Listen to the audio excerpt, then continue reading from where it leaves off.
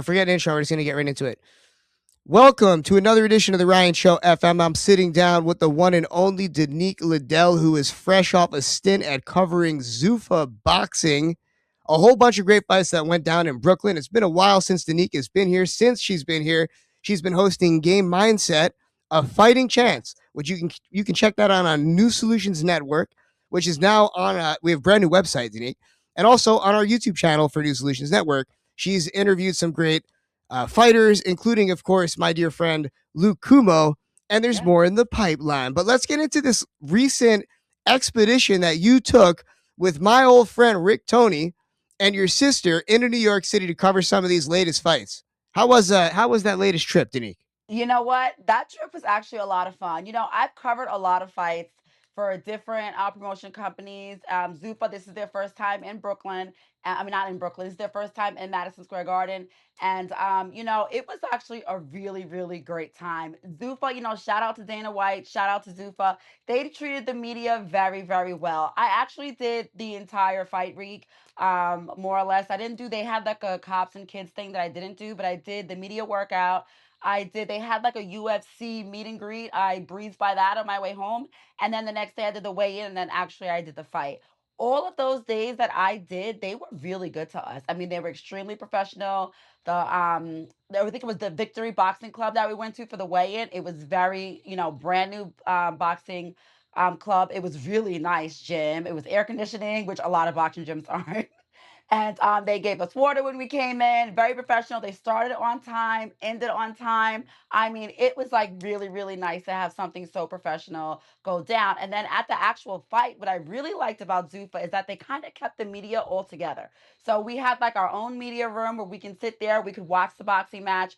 Or we could watch the boxing match from the box seats that they gave us at the Madison Square Garden, and we could watch the boxing match live. And between each match, we actually went back to the media room and we interviewed the previous fighter, That's the how. winner of the previous Okay, fighter. so let me give you a little breakdown here. If you don't know, now you know Dana White. This is his, I guess, first boxing promotion company since he thrived with UFC. I Right. believe so, right? Zuffa Boxing. Zuffa Right. Boxing. And Mm-hmm. covering UFC, that's how they do it. It's the exact same process when you're covering Yeah. UFC. I've went and covered a boxing match before and it was disorganized chaos. There's too many Right. cooks in the kitchen. Right. And Whereas like with this, I felt like, yeah, it was such a difference. I really enjoyed it. Like, I love to have all the media kind of move together, go out there, see what you want to do, and then come back. Like, it was really a good time. and it It creates really was. camaraderie between the journalists. When I was at the Exactly. UFC events back in the day covering them, after there usually be a party where everybody gets to connect because you're working together all day behind the scenes. Right. Whereas boxing, you're flying solo. It's every man for Yeah. himself. I actually had to sneak in at one point, even though I had not like a legit media pass. I was connected to the Deontay Wilder team when I went and did it, but I essentially Okay. had to sneak in. And like I said, disorganized chaos. Everybody's in there at once. Adrian Broner's getting kicked out, assaulting somebody. It was just a mess of a situation.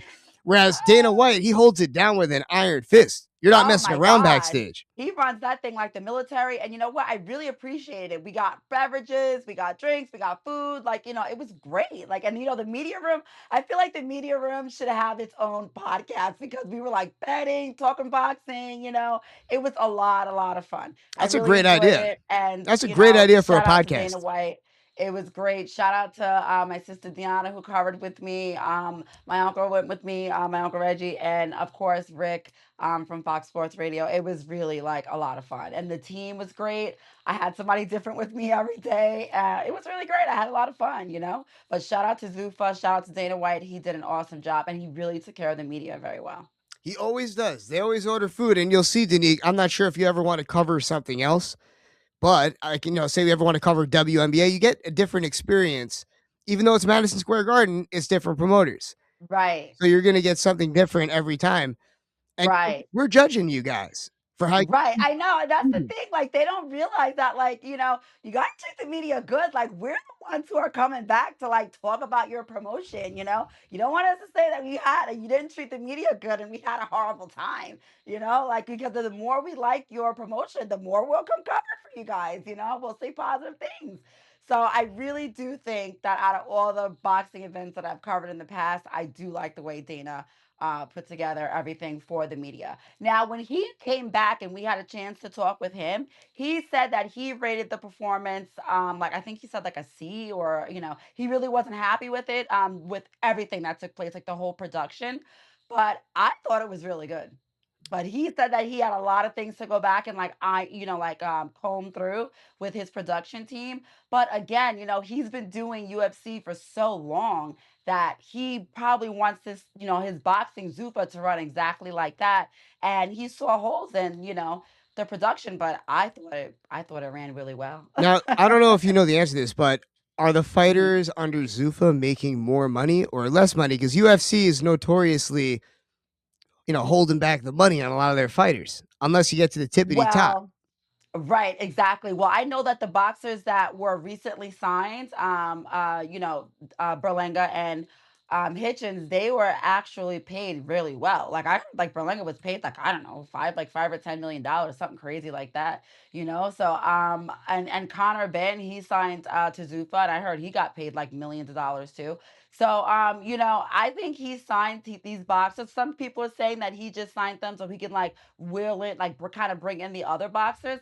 But I don't know. I mean, there's so much money to be made in boxing, and I don't really see them going to Zuffa if they're not going to be getting paid what they can get paid at, Top Rank, PBC, even MVP Promotions is paying people really well.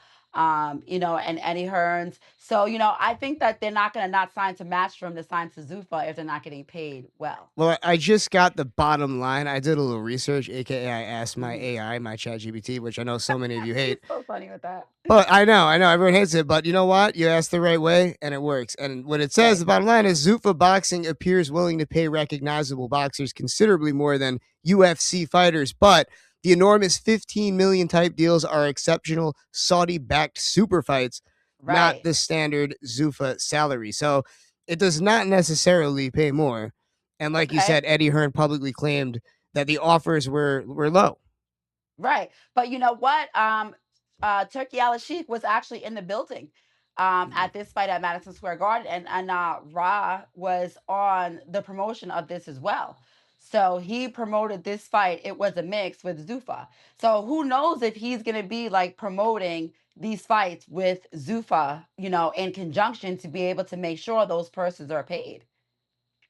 Well, I do want to ask you a little bit more about the fights that went down at Madison Square Garden.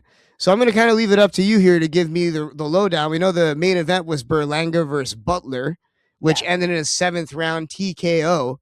Yes. But before we get to that, maybe you could tell us a little bit more about some of these other fights that I found that looked like they could be interesting. For instance, let's start with Richardson Hitchens Uh-huh. versus Ricardo Salas. If you could give us the Right. rundown in that unanimous decision in which Hitchens came out on top.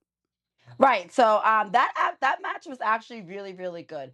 I like Richardson Hitchens. I've watched him in the past, and I definitely feel like that he's a great boxer, and he's definitely someone who's climbing up in the ranks to become a household name. Absolutely. I mean, he looked sharp in his Zuffa debut. He earned the unanimous decision over Salas. He controlled the fight most of the time.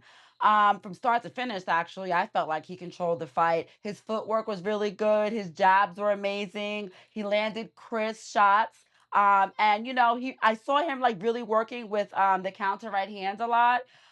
He controlled and mixed the left hooks, the uppercuts, and the body shots. So I thought that he did a really, really good time on this fight. And you know what's crazy? At the end, he said, he turns around and he kind of showed Turkey Al Sheikh in the audience, and he's like, "Yo, I got to turn it up because Turkey's here." You know what I mean? So I got to make a good impression, which he really, really did, and he ended it in a unanimous decision. And I really look forward to seeing more of his matches because I thought that he did really well.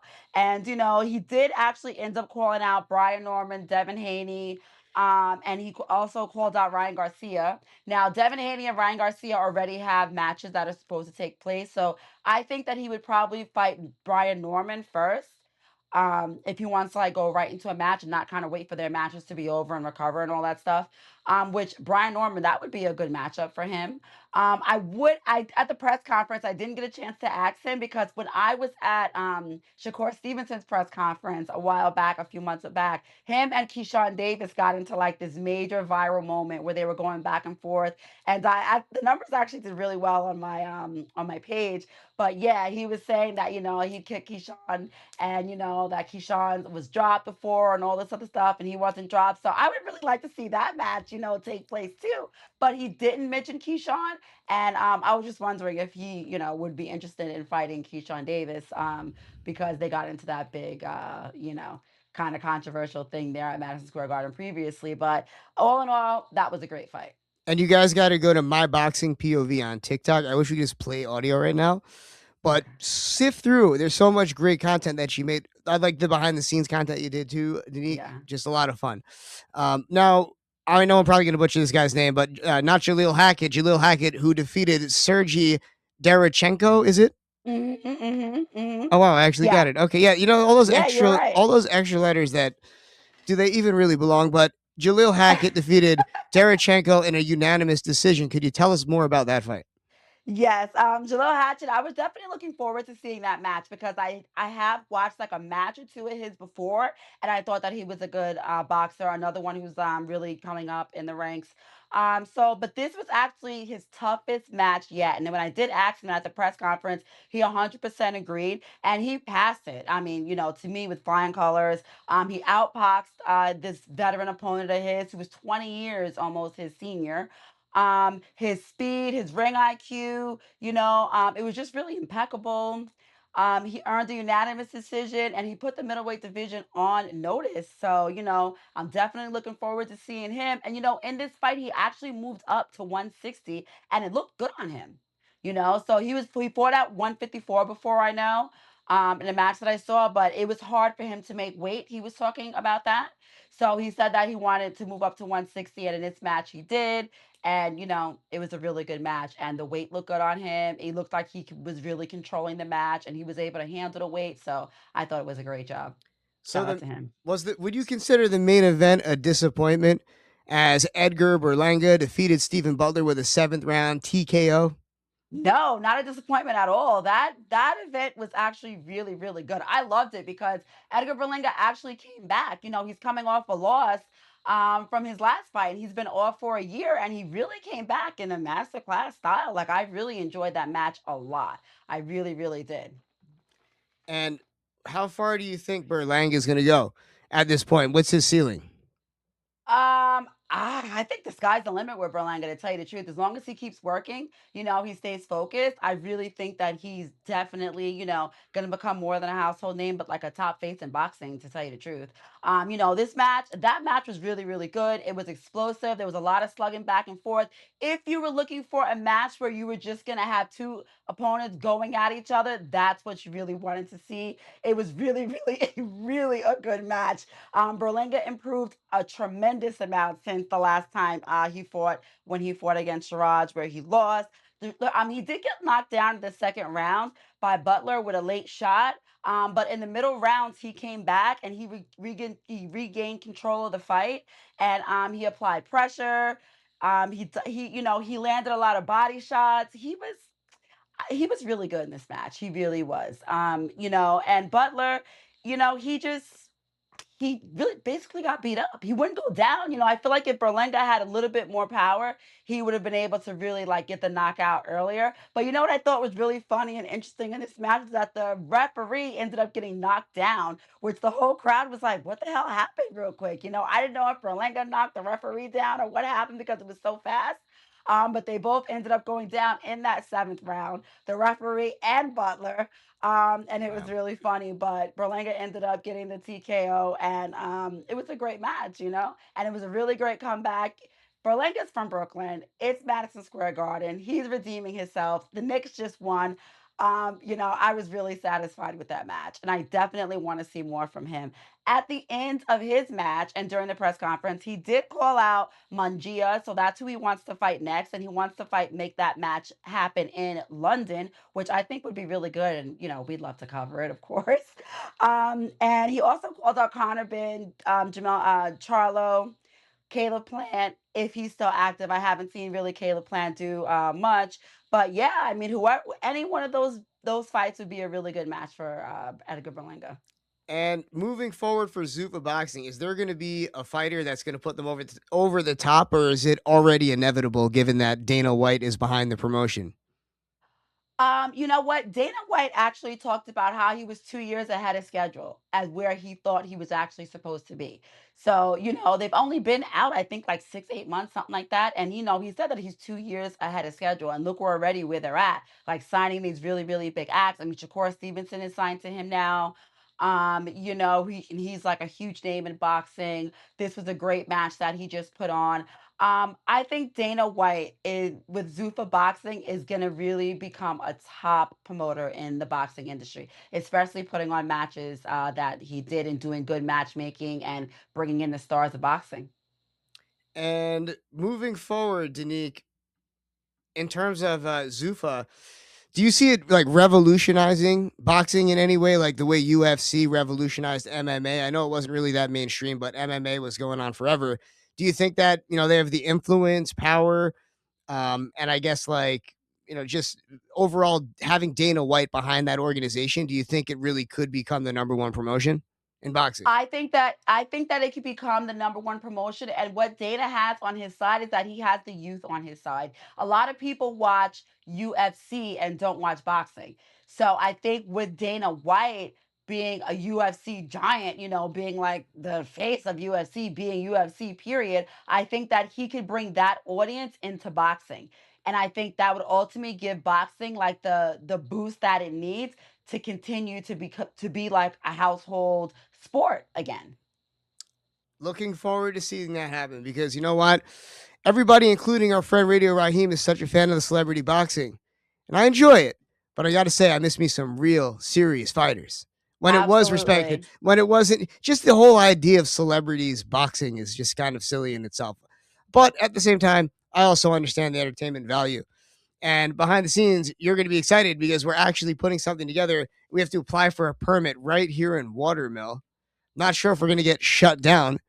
We might just call it Great Ape Promotions, Great Yellow Ape Promotions out there. But no joke, we had the guys. I don't want to like give away the name of the company that came out here to check it out, just in case. But we Uh-huh. actually specked out the outside, and we might actually throw the first ever MMA event out in the Hamptons, Listen, outside, televised, and you'll be there covering it. I am all in. I would love to cover it. I cover boxing, I've lightly covered MMA and UFC. So I'm all down for that. I love it. I absolutely love it. I hope everything goes well with that and we're gonna have major coverage on that event. So there was another fight, Unique, that we had yet to talk about, the Serenko versus Wallin fight, in which Vladislav Serenko, hopefully I'm saying his Russian name right, Sounds knocked about out right. Otto Wallin in round 10. It went almost all the way. Could you tell us more about that Yeah, gem of so a fight? that was another slugger match. They were going back and forth crazy. It was one of the earlier matches, and it was a really good match, very explosive. Another one, and it ended with the KO of the night in the most dramatic fashion. I mean, Wallen literally was just on the canvas and like wouldn't get up. Like I was like, "Damn, is he okay?" Like that was a crazy, crazy, crazy Wow. thing to see. Yeah, it was a And no, brutal he's not. finish. He's It was not probably okay. the most brutal it was actually the most brutal finish on the card, and it was a very explosive match as well. And, when he came back into the, media room, he said that he actually when was asked about, what he felt about the, knockout, he said that he was actually felt bad for a while, and, he went over and he wanted to kinda make sure that he was okay because, at the end of the day, he's like, "It's just a job, it's just a boxing match, and I don't wanna hurt him, I wanna make sure that he's okay." So he definitely did feel bad for what he did, like, by knocking him out like that. But it was a really, really explosive match. And it was very shocking for the crowd. The crowd loved it. The crowd went crazy. And, yeah, shout out to him because that was definitely the highlight match of the night as far as like about as far as the KO is concerned. Barbaric. It's sick and it's sad, but there ain't nothing like a knockout. It's just something deep within us that really likes violence. I All of know us that just humans, let's loves not it. deny it. You see, because look, we're all related to primates. We see the way they act, they get all hyped up, get crazy. dogs, they bark and they howl like a pack of dogs, right? You I know went what? and I saw Odyssey last night, Oh, and how was it? it reminded me of just how violent humans are and were, whether it be them discussing it in literature, what we put on cinema, and just how we lived back in the day. I don't know if we were actually out killing giants, although, don't ask me after I smoke a little bit. I might believe in giants, but we'll get into that another time. But that being said, man, what a despicable thing that we all love seeing those knockouts. But yeah, hopefully he recovers, because that's no joke. Definitely. When you get knocked out like that, it's not And good he for was your brain. sleeping. He was sleeping, like if Oof, anybody looks at those highlights, he was definitely sleeping. And I always say, like, this is gladiator. It's a gladiator sport. And exactly. we're the crowd. We are the crowd. And you know what the crazy thing is? The crowd is fickle. You know what I mean? Like, some Yeah. days we love you, some days we hate you. You know what I mean? I try to be like, as on the fan. I try to be, it's my boxing point of view. I try to be as, liberal as I can. I'm also a Libra, so I always try to see both sides of the fence, but I definitely do have my favorites.